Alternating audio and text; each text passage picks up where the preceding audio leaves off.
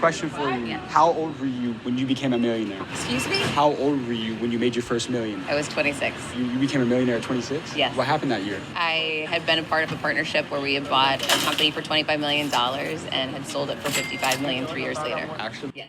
She was 26 years old. There are people out there who are in their 40s, 50s, and 60s and still haven't figured it out. But today, guess what? You are in luck. We are going to listen to this interview from my man from School of Hard Knocks as he interviews this woman who you will not believe her age. If you get her age before she says it, type it into the description below, into the notes. Listen, this is going to be fantastic. Listen to this interview. What do you do for a living out here in Miami? I do a lot of different things. You think we get interviewed real quick? I have a channel with 10 million followers. I go all over the world interviewing super successful people. Can we get 1 minute with you?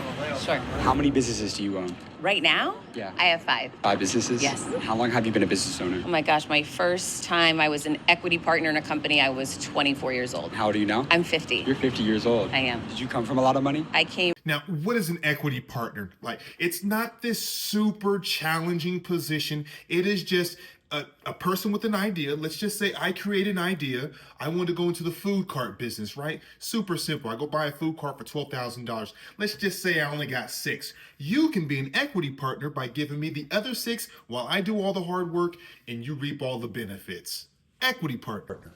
from nothing. I grew up with 4 kids, a single mother on food stamps, living in a trailer behind my grandparents' home. What was your turning point to financial freedom? When you grow up with lack, you realize what you don't want. So you're like, how am I going to fix this? And I just remember thinking at a young age, at 9 years old, I started my first paper route. I'm like, I just need to start hustling, start working. I'll figure it out along the way. A lot of people don't want to hear that. The come up is a struggle and it's a journey. But by the time I was 18 and everybody else was just starting to think about working, I had been working for a decade. So I had sales expertise. I had hustle ingrained in me. So when I actually started my first job out of college, I crushed everybody near me because I had the work ethic and they also had the experience and expertise that I had built in that come up. Were you good at selling? I mean, I could sell ice to an Eskimo. Wow. So give us a quick sales masterclass right here. Give me a lesson about sales. The most important thing about sales is to always put yourself in the other person's shoes. Too often people think about, here's what I want you to have, here's why I want you to have it. That's an epic fail. The right way to do it is to put myself in your shoes, figure out the problem that you need solved, think about and empathize with how you're feeling, how you got there, and start speaking that to you. Immediately you're gonna feel a connection with me, you're gonna feel a trust with me, and you're gonna say, this girl gets my pain point. Now I can ask her, hey, can you solve that for me? And when she know, yes, I can. And that's how you really sell people. You realize they don't teach that in school, right? Well, they need to start. Most of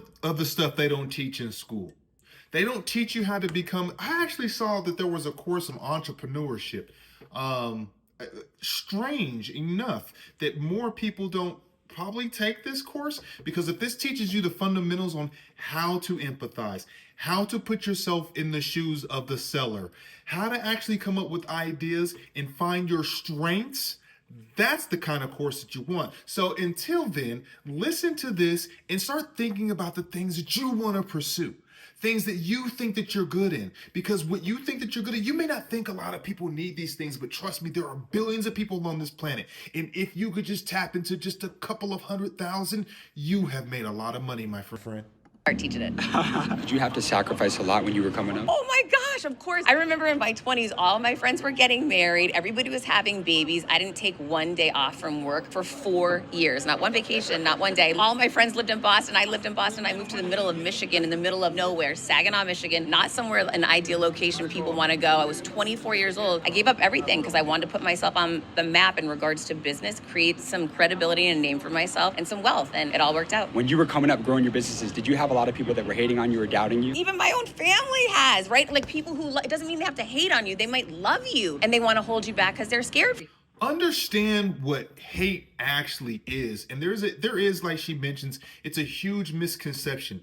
They're stuck in their own way and they don't want to see you hurt. So they say, take the easy route, stick with that 9 to 5. Oh, your boss, he's kind enough or she's kind enough. Just continue to do that, live a good life, retire, move on. And sometimes you want more, right? So you have to figure out what's best for you. Only you know you, not your friends, not your family. And that's what breaks the mold. That's what I did. That's what you can do. That's what she did.